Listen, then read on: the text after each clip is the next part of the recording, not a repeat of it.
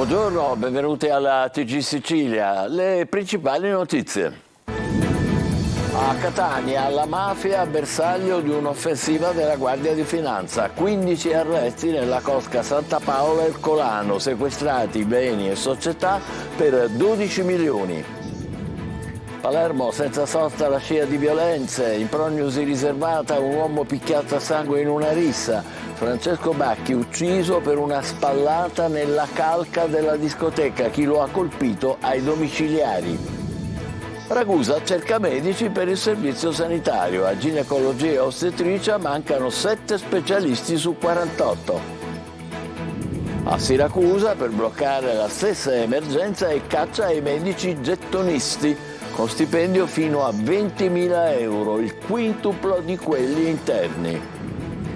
Catania poco accessibile, non inclusiva, tra poco gli esempi delle difficoltà quotidiane per i disabili, costretti a spostarsi tra 1000 ostacoli e altrettante difficoltà burocratiche. Denise Pipitone è qui a scuola, impietosa sceneggiata di alcune liceali di Catania.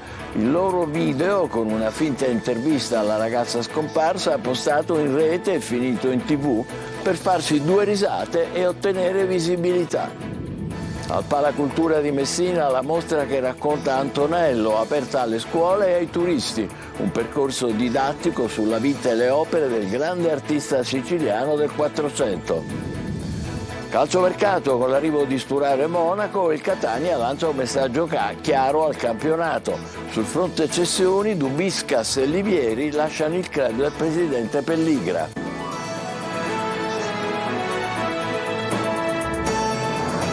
Bentrovati. Usura, droga, riciclaggio a Catania. Operazione della Guardia di Finanza contro la cosca Santa Paola e Colano. 15 arresti nel clan di Picanello. Sequestrati beni e società per 12 milioni. Luca Ciliberti.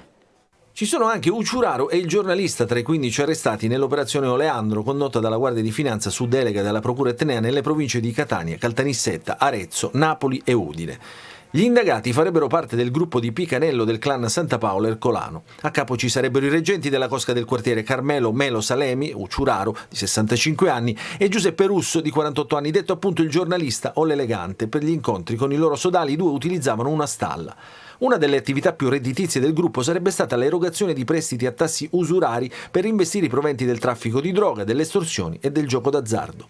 Un meccanismo collaudato con finanziamenti di piccoli tagli di norma da 500 a 2.500 euro, da rimborsare in rate settimanali o mensili con un tasso di interesse oscillante tra il 140% e il 350% su base annua.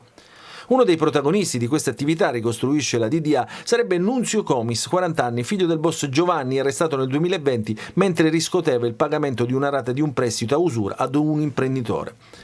Secondo l'accusa, il riciclaggio dei proventi illeciti sarebbe stato infine assicurato da Fabrizio Giovanni Papa, 58 anni, imprenditore nel settore dell'edilizia. Complessivamente sono state sequestrate 9 attività commerciali del settore edile di Catania, 81 tra fabbricati e terreni nelle province di Catania e Arezzo, sequestrati insieme con altre 5 autovetture e disponibilità finanziarie per un valore complessivo di oltre 12 milioni di euro. Di nuovo violenza a Palermo, in gravi condizioni l'uomo di 34 anni pestato a sangue ieri in via Monte Pellegrino. Intanto sull'omicidio di Balestrate si scopre che a innescare la rissa sarebbe stata una spallata nella calca a fine serata davanti alla discoteca. Marco Gullà. Ogni giorno una. È ancora ricoverato in gravi condizioni al Trauma Center di Palermo l'uomo di 34 anni pestato a sangue in via Monte Pellegrino. Un altro episodio di violenza nel capoluogo. Tutto sarebbe avvenuto vicino a una taverna che si trova tra via Monte Pellegrino e via Montalbo. Il 34enne avrebbe avuto un'accesa discussione con un coetaneo e l'avrebbe aggredito, colpito con un pugno. Dopo aver incassato il colpo, l'altro si è allontanato e poco dopo è tornato con i rinforzi per restituire la violenza. Colpi di bottiglia e mazze. Violenza che si ricongiunge con quanto accaduto a Balestrate nella notte tra sabato e domenica con l'omicidio di Francesco Bacchi. A scaturire la rissa, culminata poi all'esterno del locale Medusa, sarebbe stata una spallata di troppo nella calca a fine serata. Poi le parole, gli insulti e il drammatico epilogo con la morte di Bacchi. Oggi intanto sul corpo del ventenne di Partinico verrà effettuata l'autopsia che dovrà accertare se il ragazzo è morto per i pugni ricevuti o per la caduta a terra. Ieri sera Andrea Cangemi, il ventenne accusato di aver ucciso Bacchi, ha lasciato il carcere per andare agli arresti domiciliari. Il GIP Claudio Emanuele Bencivinne ha convalidato il fermo ma ha accolto la richiesta del legale dei domiciliari. Il giovane è accusato di omicidio preterintenzionale. Restiamo a Palermo per l'emergenza rifiuti. Il sindaco Lagalla organizza un tavolo permanente per sbloccare le assunzioni dei nuovi autisti e soprattutto per far partire la differenziata nella zona nord della città, dove è in ritardo. Manlio Viola. Un tavolo permanente fra amministrazione comunale e RAP, l'azienda che si occupa della raccolta dei rifiuti a Palermo, per gestire insieme le criticità con l'ausilio degli esperti nominati dal comune. Un tavolo al quale prenderanno parte tanto il sindaco Roberto Lagalla quanto l'assessore Pietro Alongi. Non una task force dunque, ma un tavolo di confronto con precisi compiti. Primo fra tutti, coordinare le segnalazioni che giungono alla RAP e all'amministrazione e dunque organizzare i cosiddetti interventi pala, ovvero gli sgomberi di cumuli di rifiuti che si accatastano per ritardi nella raccolta o per l'inciviltà dei palermitani che danno vita continuamente a vere e proprie discariche abusive. Ma fra i compiti del tavolo permanente ci sarà anche quello di monitorare e pressare sull'avvio della raccolta differenziata nei quartieri come Mondello e nella zona nord della città, dove il porta a porta doveva partire con il nuovo anno ma è già in ritardo. Per il sindaco poi si tratta di un raccordo più efficace con la controllata che si occupa dei rifiuti per evitare che la caccia agli imboscati che è stata avviata in queste settimane si trasformi in uno scontro frontale con sindacati e maestranze. Anche per questo sul tavolo c'è lo sblocco dei primi 22 milioni di euro di arretrati che il comune deve pagare all'azienda. Una boccata di liquidità che potrebbe anche sbloccare a sua volta le assunzioni dei 46 autisti già selezionati ma ancora non in servizio. L'azienda sanitaria di Ragusa ha pubblicato un avviso urgente per tamponare la carenza di personale, in particolare nei reparti di ginecologia e ostetricia, al momento sotto organico, con 7 posti vacanti sui 48 previsti. Veronica Barbarino. SOS personale per la sanità Iblea con una emergenza che l'accomuna al sistema nazionale. Carenza di servizi che stanno mettendo in ginocchio anche l'ASP di Ragusa, in seria difficoltà per garantire l'assistenza nel settore materno-infantile.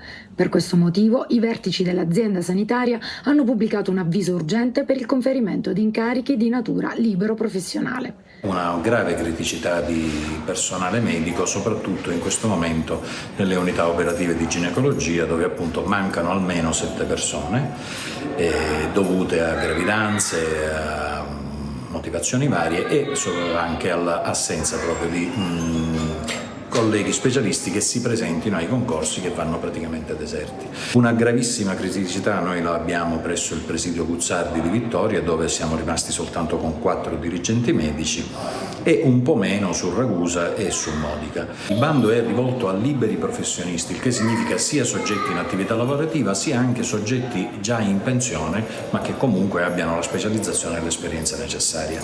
Ed è a sportello, nel senso che sarà aperto per tutto il 2024 e quindi in qualunque momento dell'anno chiunque potrà partecipare ed essere assunto nel momento in cui ci fossero necessità. Il commissario straordinario dell'ASP di Ragusa, Fabrizio Russo, ha evidenziato la necessità di rafforzare gli organici allo scopo di garantire le prestazioni in urgenza provenienti dal pronto soccorso, offrendo ai pazienti cure tempestive.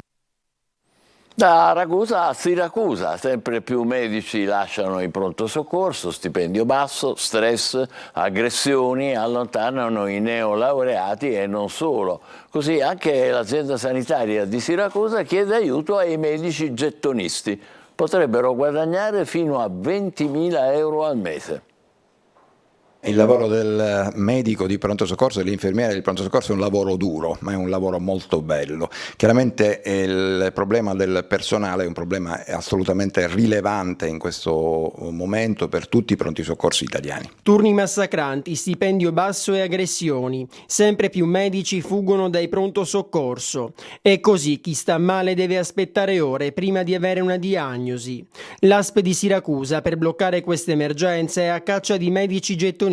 A Siracusa, nell'ospedale Umberto I, che è il principale ospedale della città ci sono meno del 56% dei medici rispetto alla pianta organica, quindi questo comporta delle sofferenze, dei ritardi nelle visite. Se lo stipendio di un medico interno si aggira attorno ai 3.000 euro, quello di un gettonista potrebbe arrivare fino a 20.000 euro, il quintuplo. In realtà non è così, perché abbiamo ottenuto l'aumento dell'onorario per le prestazioni aggiuntive anche per il personale interno. Sono scelte di vita che si fanno, fare il medico gettonista o fare il medico dipendente. In questi giorni nelle chat dei medici del Siracusano sta girando questo messaggio: poche parole per risolvere un grande problema. I pronto soccorso sono in difficoltà e la Spotto cerca di correre ai ripari. Catania poco accessibile e poco inclusiva, difficoltà quotidiane per i soggetti diversamente abili, costretti a spostarsi tra 1000 ostacoli e altrettante difficoltà burocratiche. Vediamo con Tonino De Mana. Sosta selvaggia, barriere architettoniche, burocrazia. Sono almeno 3 gli ostacoli per i diversamente abili che a Catania fanno i conti con una città poco europea e soprattutto poco accessibile. Se è già difficile per un normodotato districarsi su strade e marciapiedi, figuriamoci per una persona che si deve spostare in carrozzina. Ci troviamo in piazza Giovanni XXIII, a pochi metri dalla stazione ferroviaria, e quello che vedete è uno dei passaggi pedonali che portano alla metropolitana. Mancano le scivole, laddove ci sono o hanno una pendenza troppo elevata o sono fatte davanti al tombino, quindi diventano anche pericolose. E poi abbiamo un problema di barriere mentali, di mancanza di senso civico e di rispetto, quindi laddove c'è la scivola magari c'è la macchina parcheggiata davanti. E poi mancano i parcheggi per disabili, gli stalli sono veramente pochi e quelli che ci sono occupati da macchine senza il tagliando, quindi che non hanno l'autorizzazione, oppure ce l'hanno ma manca la persona con disabilità che è a casa o magari peggio ancora non c'è più, quindi è passata a miglior vita. Una città inclusiva solo sulla carta, dove spesso i trasporti pubblici non sono completamente adeguati a tutte le necessità dei disabili, e le disavventure non mancano anche per l'accesso in ZTL per i disabili che, seppur autorizzati, sono incappati in sanzioni per non aver modificato i dispositivi per facilitare la guida nelle aree a traffico limitato. Naturalmente piovono polemiche e ricorsi. Intanto l'amministrazione comunale e AMTS hanno reso disponibili 1000 voucher per accedere agli abbonamenti gratuiti per disabili residenti nel capoluogo. Le tessere nell'ambito del servizio Catania To Go permettono l'utilizzo delle linee AMTS con esclusione di Alibus agli utenti con disabilità pari o superiore al 67%. Il Comune di Catania ha autorizzato la costruzione di una palazzina sopra l'antica sorgiva che alimenta l'acquedotto. Dopo il nostro recente servizio, sembra che l'amministrazione stia valutando soluzioni alternative. Luca Ciliberti. Il Comune di Catania lo scorso 5 dicembre ha autorizzato la costruzione di una palazzina nel rione Cibali sopra la sorgente che alimenta il lavatoio e l'antico acquedotto. Nella zona la costruzione della stazione della metro ha subito notevoli ritardi proprio perché era difficile che ogni scavo o ogni galleria non si trasformassero in una cascata. Dopo il nostro servizio è stata convocata una riunione dei gruppi consigliari al Comune di Catania e adesso sembra che l'amministrazione si sia mossa per trovare una soluzione. Immediatamente la Presidenza del Consiglio ha convocato la conferenza dei capigruppo unitamente all'amministrazione. Abbiamo affrontato la tematica fornendo delle specifiche proposte, perché sarebbe assurdo nella più antica sorgiva della città con un imponente corso d'acqua che venisse edificata un'abitazione. L'amministrazione intanto può iniziare un'interlocuzione con i proprietari che hanno avuto l'autorizzazione per legge a poter edificare, proponendo ad esempio un altro sito secondo il sistema di compensazione delle cubature. Se ciò non fosse possibile, allora il Comune incomincia a pensare come poter acquisire il terreno e poter ad esempio lì realizzare tutte le strutture utili e necessarie, dal passaggio pedonale anche a dei piccoli momenti di parcheggio per i motoveicoli, perché lì vicino appunto c'è la stazione della metropolitana di Cibali. Restiamo a Catania. Un pregiudicato 42enne è stato arrestato dalla volante della questura dopo che aveva aggredito l'ex compagna. L'uomo, già destinatario di un ammonimento per violenze domestiche, ha afferrato per i capelli la donna mentre rientrava a casa trascinandola con forza verso la porta d'ingresso dell'abitazione e pretendendo che gli consegnasse 100 euro. Come dicevamo, è stato arrestato. Ha fatto il giro del web il video con cui alcune studentesse di un liceo di Catania, il Cutelli, simulano il ritrovamento di Denise Pipitone, scomparsa a Mazara del Vallo 19 anni fa. Un video goliardico e offensivo che ha fatto indignare la mamma della piccola Piera Maggio. Vergognatevi, ha detto, non è tutto un gioco. Lorena Dolci. Ragazzi, quest'oggi siamo qui a Cutelli, andremo a trattare di un argomento molto spinoso perché abbiamo qui Denise Pipitone. I volti sono oscurati, ma il presunto scoop è chiaro lo stesso. In questo video alcune studentesse di un liceo classico di Catania, il Cutelli, raccontano che Denise era in uno sgabuzzino della scuola in cui è rimasta rinchiusa per 19 anni. Essendo molto piccola i miei ricordi non sono ben precisi, quindi mi trovo anche un po' in difficoltà ad affrontare le domande, ma sicuramente è stato un trauma, comunque parlarne per me è difficile. Un video goliardico e di cattivo gusto, si legge alla fine del filmato, un bruttissimo scherzo che di sicuro ha indignato Piera Maggio, la mamma della piccola Denise Pipitone, che non ha mai smesso di cercare la piccola scomparsa a Mazara del Vallo. È mai possibile che per qualche like siano disposti a tutto e con tanta leggerezza? Scrive amareggiata sui social. Dovreste vergognarvi e riflettere su ciò che avete fatto, non tutto è un gioco. La scuola ha sentito le ragazze e le loro famiglie, si stanno valutando provvedimenti. La scuola ha fatto le sue azioni e porta avanti le sue determinazioni, però chiedo anche alla stampa di rendersi conto che stiamo travolgendo con un'onda mediatica famiglie, adolescenti e giovani studentesse che probabilmente, come diceva la stessa Piera Maggio, hanno immaginato che quello fosse un gioco. Ma la scuola da sola non basta a segnare il confine tra social e realtà, tra scherzo e bullismo. Proviamo un attimo a chiederci cosa possiamo fare per riportare i nostri giovani ad una realtà più concreta, ad una consapevolezza di tutto quello che il mondo fuori dalle mura domestiche e dalla scuola, tutto ciò che ti fa sentire a casa tua, invece ti riserva. A Messina, allestita alla Palacultura, la mostra Messina città di Antonello, aperta alle scuole e ai turisti naturalmente, un percorso didattico sulla vita e sulle opere del grande artista. Francesco Triolo. L'obiettivo è quello di veicolare la conoscenza del genio e delle opere del grande artista. Antonello, alle giovani generazioni. A Messina, al Palacultura, intitolato proprio al maestro, è stata allestita la mostra Messina città di Antonello, che si inserisce nel percorso didattico che l'amministrazione comunale ha avviato con i dirigenti delle scuole di primo e secondo grado per promuovere il brand Messina città di Antonello. La mostra delle riproduzioni delle opere di Antonello da Messina, in uno spazio all'interno della Galleria d'Arte Moderna, rimarrà aperta al pubblico e alle scuole sino al 23 febbraio.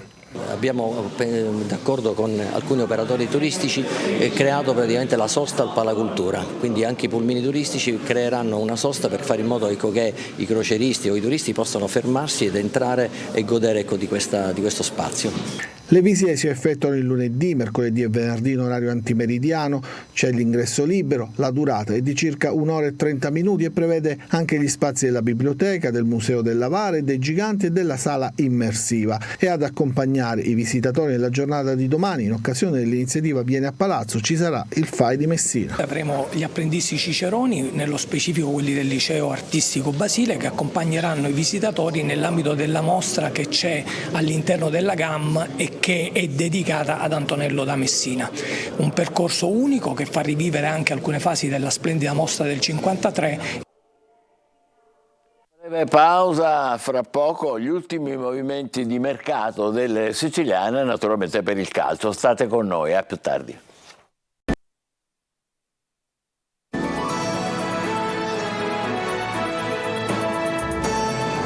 Eccoci di nuovo insieme con il calcio. L'ultima uscita è quella di Dubiscas, che come Livieri ha risolto il prestito ed è tornato al Pisa.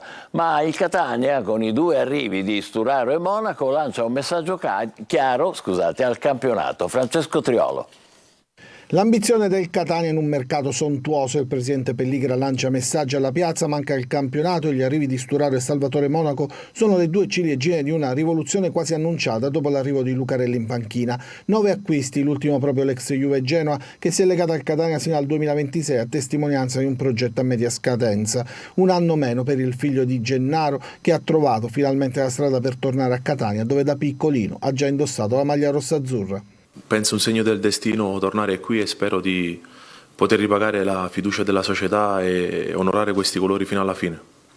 Mio padre si è emozionato e lui per me è un maestro di vita e mi ha raccontato molti aneddoti e io so bene perché sono nato e cresciuto in questa città e ho sempre sognato di giocare per migliaia e migliaia di tifosi come i tifosi del Catania. Di pari passo procedono anche le uscite. Dopo la risoluzione del prestito di Livieri con il Pisa di ieri, oggi ha risolto il contratto temporaneo sempre con la società toscana anche il lituano Edgaras Dubikas che lascia il rossazzurro dopo 17 presenze e una rete. In uscita ancora ci sono Ladinetti, Mazzotto e Marsura.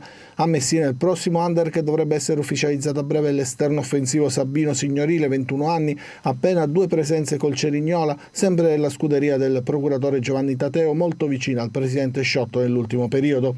A Palermo si continua a cercare un terzino destro, la pista Amian dello Spezia sembra tramontata, un sondaggio è stato fatto per Diachite della Ternana, per l'attacco invece c'è un forte interesse per Giuseppe Caso del Frosinone.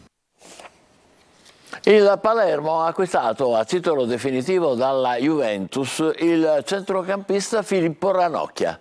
Il giocatore ha firmato un contratto che lo lega al club di Via del Fante fino al 30 giugno del 2028.